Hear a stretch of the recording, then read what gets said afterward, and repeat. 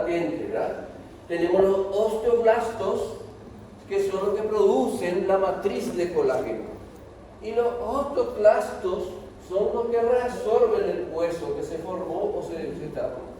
Entonces, ¿qué pasa en la osteoporosis? Es un aumento de la actividad de los osteoclastos con respecto a los osteoblastos. Entonces, hay más reabsorción ósea. Entonces, frecuente en las mujeres posmenopáusicas. ¿Por qué? Bien, ¿qué? Pues los ovarios no producen el estrógeno. ¿Y qué es lo que hace el estrógeno? Tiene dos acciones.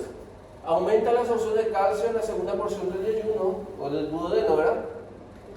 Con vitamina D e inhibe a los osteoclastos. Esa es la función del estrógeno.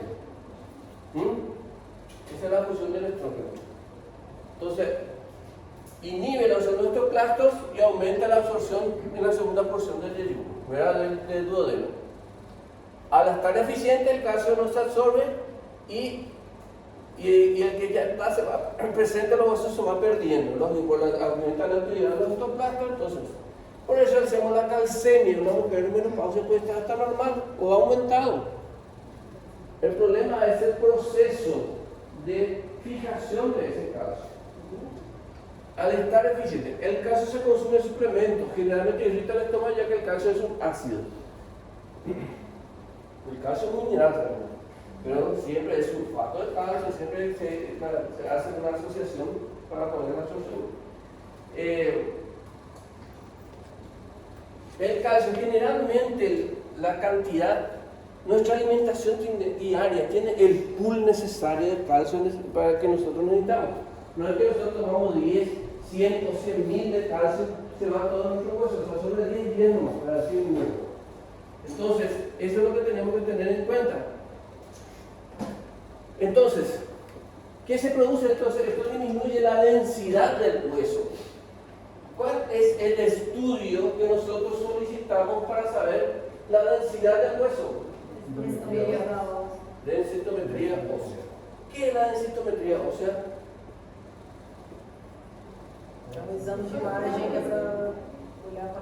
¿Qué particularidad biofísica es? Ustedes ya dijeron biofísica, ¿verdad? El campo magnético, es ondas de radiofrecuencia, o onda sonora, o son haces de rayos X, de rayos X.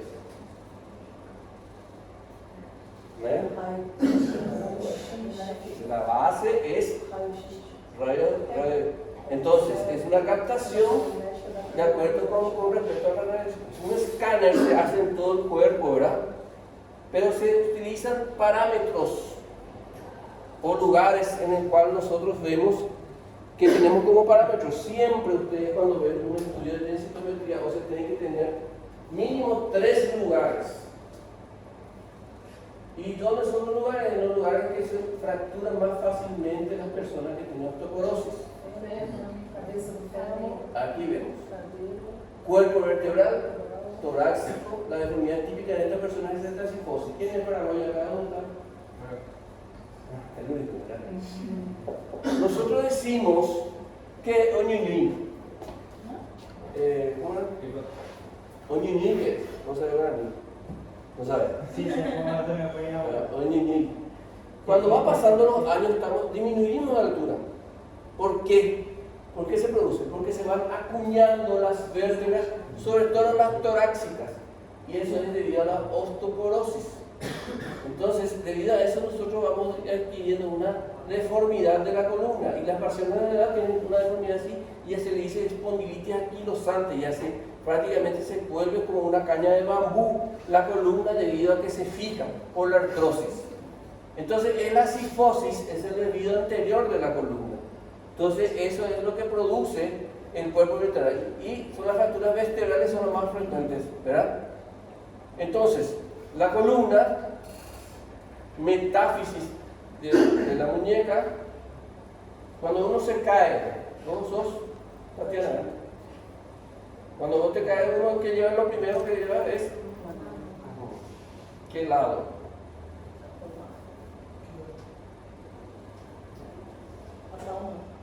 Ya sé. Pulando se tiver caído.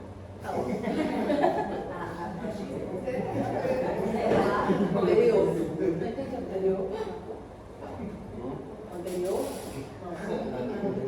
Cuando uno se casa de escribir, uno lleva. Yo llevé el lado derecho. Yo izquierdo. Inconscientemente uno lleva el miembro no dominante, es el apoyo. Yo soy zurdo. Yo también. ¿Verdad? Entonces yo inconscientemente ya llevé el lado derecho como para atajarme. Entonces llevamos la mano no dominante y por ejemplo, por eso las fracturas son generalmente en la mayoría de los casos son del lado izquierdo. ¿Entendieron? Por eso es importante, si tienen algo acá no van a encontrar nada en lo que se dice los libros y todas esas cosas. Yo soy un resumen de varios libros y de varias aulas de varios profesores. Entonces, por eso es importante. A mí me gusta, yo no vengo por dinero que paga una miseria, yo vengo porque me gusta enseñar. Y yo quiero que ustedes aprendan. Por eso el que no quiere asistir a aula, el que quiere chismo se va a hablar de listo. Ahí van a tener presente y chao. ¿Entendieron? Entonces, respetar para ser respetado.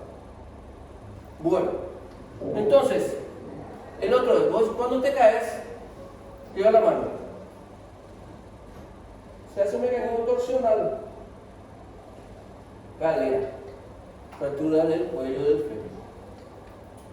Y al caer, se cae uno y lleva el húmero, entonces la fractura del tercio proximal. Son los lugares más frecuentes en los pacientes con osteoporosis y fractura. Entonces, ¿qué tenemos ahí? Generalmente también se le dice la enfermedad silente, porque generalmente va llevado aquí en una cierta deformidad. No hay mucho dolor, o esos dolores poliarticulares, todo eso puede ser por las microfracturas que se producen a nivel de, por ejemplo, de la columna, ¿verdad? Y eso produce esos dolores. Bueno, entonces, seguimos otra vez. Dijimos que el estudio de la densitometría ósea. Entonces, ustedes, cuando vean ustedes una densitometría ósea, van a ver una escala en colores, rojo, amarillo y verde. Entonces el escáner saca una medición de la densidad ósea de cada una de estas regiones y hay que tomar 3 mínimos. Entonces van a ver que es de la columna o de la cadera. Generalmente 2 de la cadera y 1 de la columna o 1 de la muñeca o una cadera cuando vean un informe de densitometría ósea. ¿A quién pedir una densitometría ósea? Mulheres maiores de pós-menopausa, encima de los 50 ya es. ¿Qué es un screening? Screening es un estudio que se realizan en cierta fase etaria. Un screening, por ejemplo, es de próstata, el PSA, por ejemplo. Hay que hacer a partir de los 60, de los 40 años, 50 años varones, ¿verdad? Entonces ya es un screening en la mujer, la densitometría ósea anualmente a partir de los 50 años. ¿Está bien? Entonces, ¿qué parámetros tenemos que tener? Entonces, paciente generalmente de edad. ¿En varones se puede pedir también? Sí, se puede pedir, pero encima de los 60 años de edad. Ya no tiene esa alteración hormonal que es como tienen los hombres, ¿verdad? Otro punto.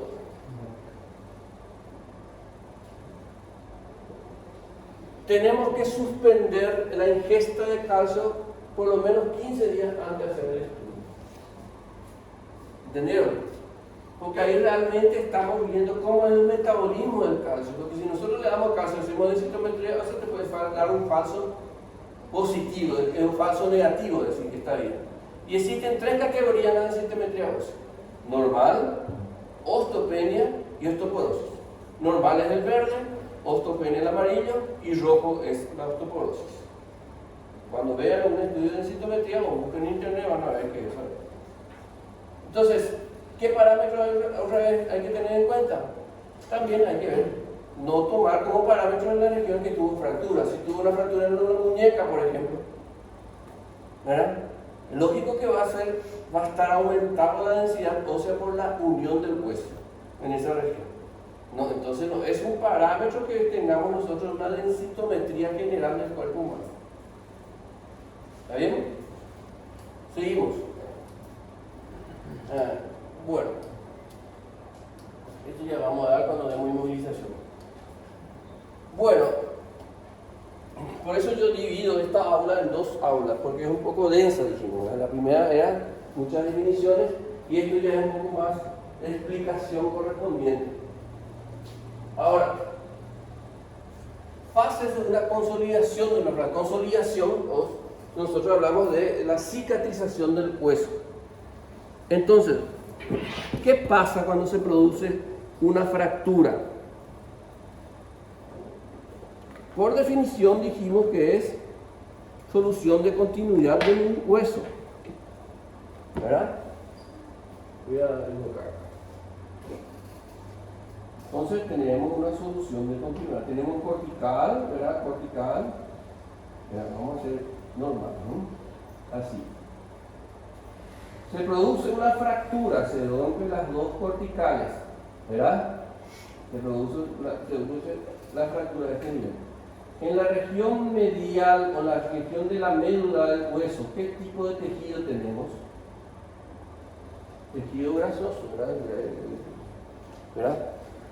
Entonces, ¿qué es lo que se produce? Al producirse un trauma, lo primero que se produce es un sangrado, ¿verdad?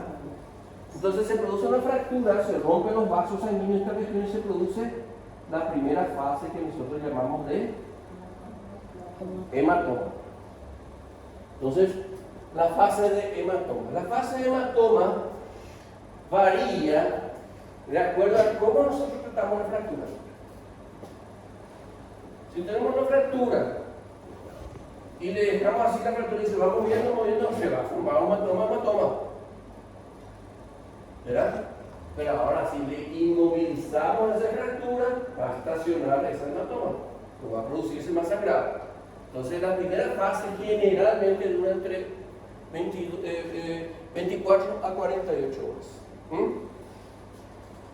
La segunda fase es la fase proliferativa, es la fase más prominente y son precursores de osteoblastos. ¿Qué pasa? Se produce un hematoma. Ustedes se acuerdan, por histología teníamos nosotros el hueso, el tejido óseo, teníamos una lámina que cubre el hueso que se llama periósteo. Entonces, ¿qué pasa? Al producirse el hematoma, levanta el periósteo. Esto que trae que es el periósteo. Y en relación con el periósteo y el tejido óseo se encuentran los osteocitos, ¿verdad? Y estos osteocitos posteriormente, debido a la reacción y debido a los sistemas inmunohistoquímicos que tenemos, se transforma esos osteocitos en osteoblastos. Entonces se van produciendo la proliferación, que es la segunda fase, se van transformando, estas células se van transformando en osteoblastos, que posteriormente va a producir el colágeno correspondiente. Entonces, esta fase se llama fase proliferativa y dura aproximadamente 8 días. ¿Verdad? Entonces, posteriormente viene la fase de callo. ¿Qué es la fase de callo? Existe un callo blando y un callo duro. El callo blando es la fase que nosotros decimos en el cual estos osteoblastos van produciendo la matriz de colágeno. Entonces se va poniendo el cartílago, se va formando a ese nivel. Entonces ese proceso de formación o de elaboración del colágeno tipo 2 se llama fase del callo blando y dura 10 días. ¿Está bien? Posteriormente se produce el depósito del calcio en ese tejido, aquí en esta región. El calcio que viene del torrente sanguíneo se deposita y va produciendo una calcificación de ese callo, y cuando ese callo blando se transforma en un callo duro. Y ese proceso también dura 10 días. Sumando así tenemos 2 días de hematoma, 8 días de proliferativa, 10 días de callo blando y 10 días de callo duro. Sumando todo dura 30 días. Un proceso normal de consolidación de una fractura. Y lo único que varía es los factores extrínsecos y intrínsecos que hablamos anteriormente. Factores extrínsecos puede ser la falta de movilización, por ejemplo, que no va a pasar de la fase de proliferativa y hematoma. El factor intrínseco, paciente de edad, por ejemplo, demora mucho el depósito de colágeno, demora más. En niños es mucho más rápido, los procesos generalmente en 3 semanas ya consolida el hueso, entonces son los procesos más rápidos, entonces varían de eso. Y existe una última fase que es la fase de remodelación, y ya se formó este callo, ¿verdad? Entonces actúan los osteoclastos y tratan de colocar en forma o a diseñar de una forma más o menos anatómica a lo que era anteriormente. ¿Están entendiendo? Seguimos. Bueno, vamos a hablar sobre la clínica de la fractura. ¿Qué tiene el paciente? Llega ¿tu nombre? Thais. Te llega un paciente con una supuestamente fractura, ¿verdad? ¿Qué vos vas a pensar que tiene síntomas y signos? Síntomas. ¿Qué más va a tener síntomas? El paciente que llega con fractura va a mover así como incapacidad funcional, ¿verdad? Incapacidad funcional. Después, esos son síntomas. Puede tener también sensación de edema, hinchazo, puede tener parestesia, ¿verdad? Todos son síntomas. ¿Y signos?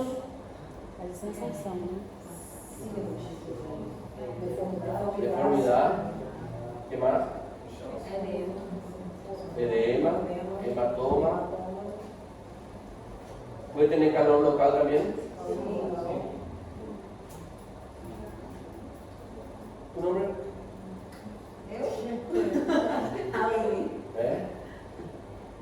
Tienen que familiarizarse ya con eso. Va apuntando un sueño de cocina. ¿Sabe por qué? Porque esa aquí la prueba también está baja. Bueno, está en la guardia, ¿verdad? Y te llega un morador de rúa.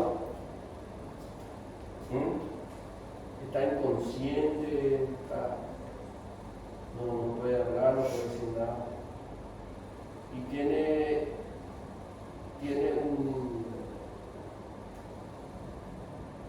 inconscientemente tiene dolor en la pierna derecha.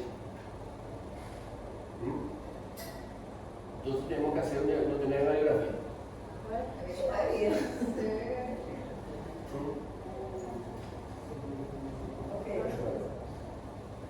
¿Tienen deformidad? ¿Tiene dolor? ¿Tiene incapacidad funcional? ¿Verdad? ¿Qué diferencia hay con un absceso? ¿Absceso ustedes saben qué es? Sí. Uma inflamação local. ¿Qué? ¿Absceso tiene dolor? Calor. ¿Tiene calor local? Puede haber una cierta deformidad también por la deformidad del hematoma, ¿verdad? O del absceso en sí. ¿Tiene incapacidad funcional? Sí. ¿Después?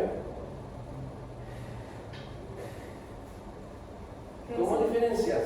Creio que seja pela coloração mesmo da pele. También, la fractura también por el aumento de la circulación sanguínea va a estar edematosa y va a estar rojo. Sim, mas aí o abscesso vai estar um pouco mais amarelenta, com Mobilidade. Exame físico. En el acceso a una respiración ósea. El signo patognomónico de una fractura es la crepitación, el sentir troc.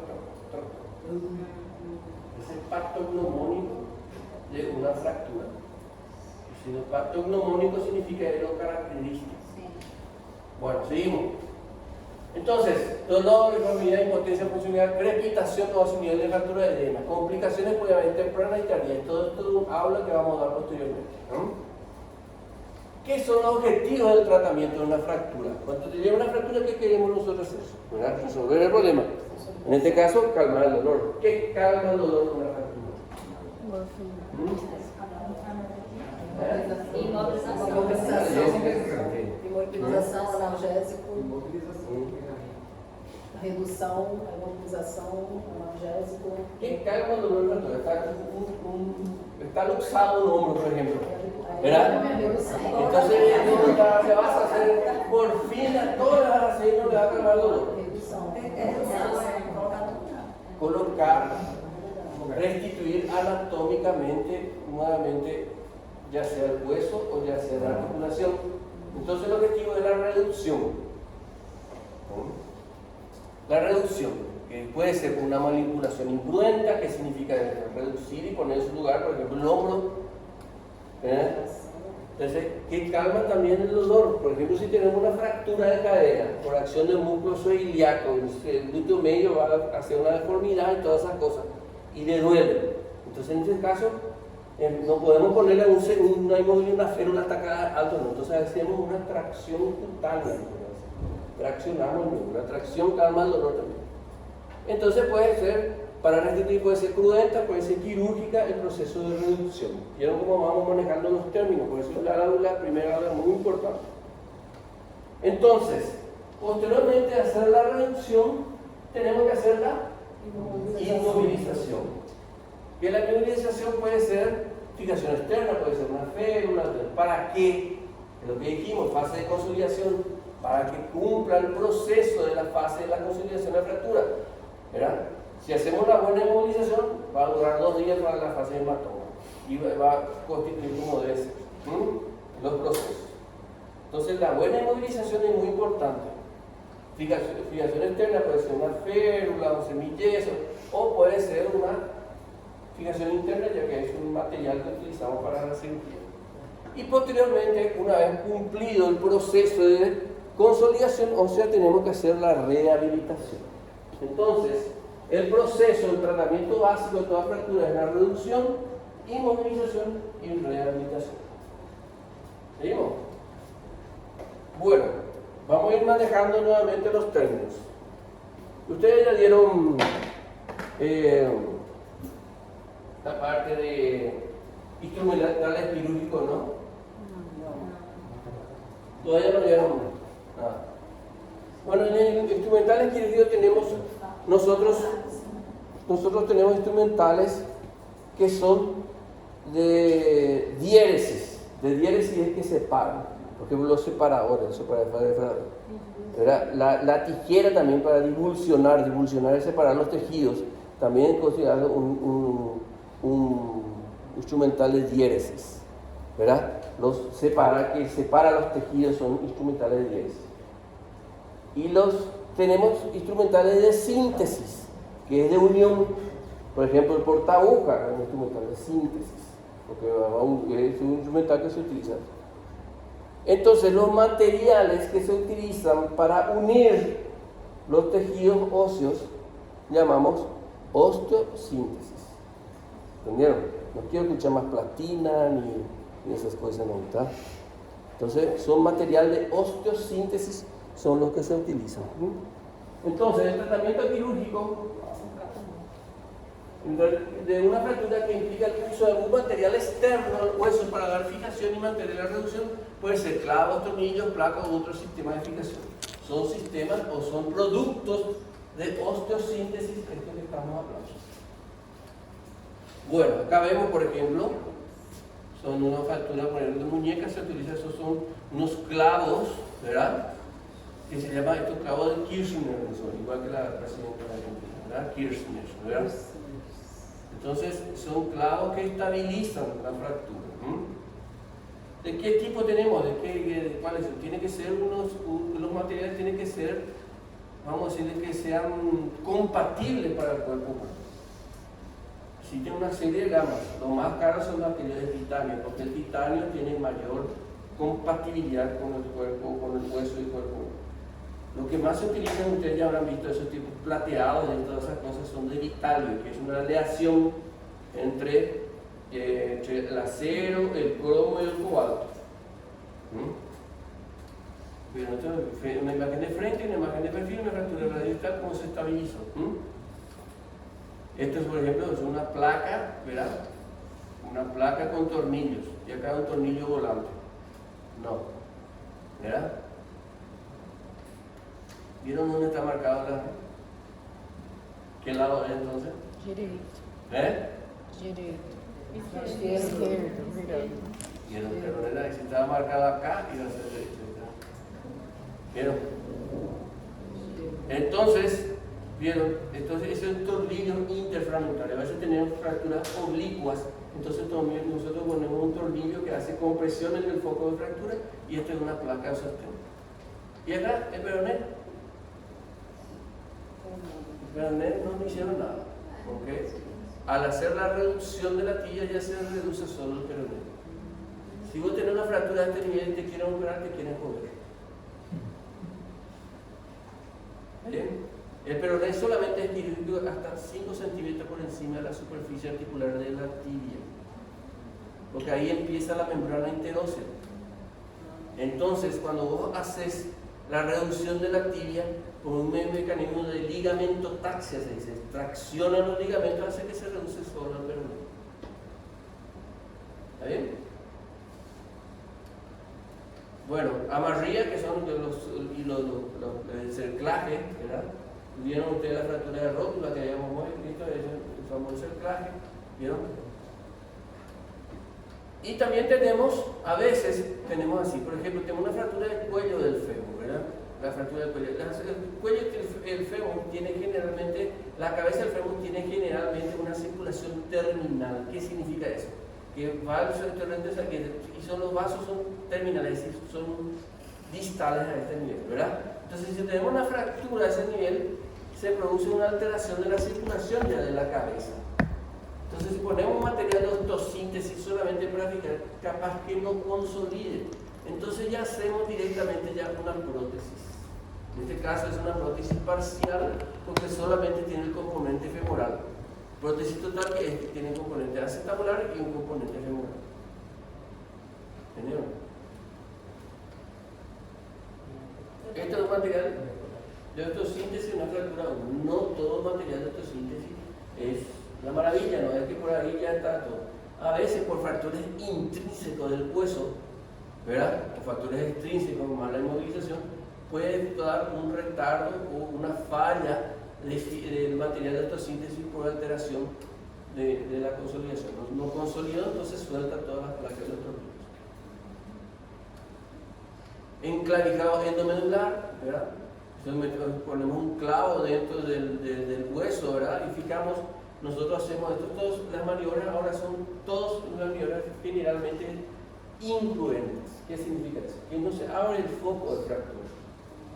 Entonces nosotros tenemos en el quirófano tenemos un aparato que se llama arco en C, que es un aparato, ¿verdad? Que es una radiografía dinámica en el cual nosotros a través de eso hacemos, por ejemplo, si tenemos una fractura húmero como aquí vemos, hacemos una incisión proximal, colocamos un clavo y fijamos, y tal aproximadamente con unos tornillos a ese nivel. Esa es manipulación incruenta o reducción incruenta con enclavijado endomedular. ¿Vieron aquí? Enclavijado endomedular. Bueno, esto es todo con respecto a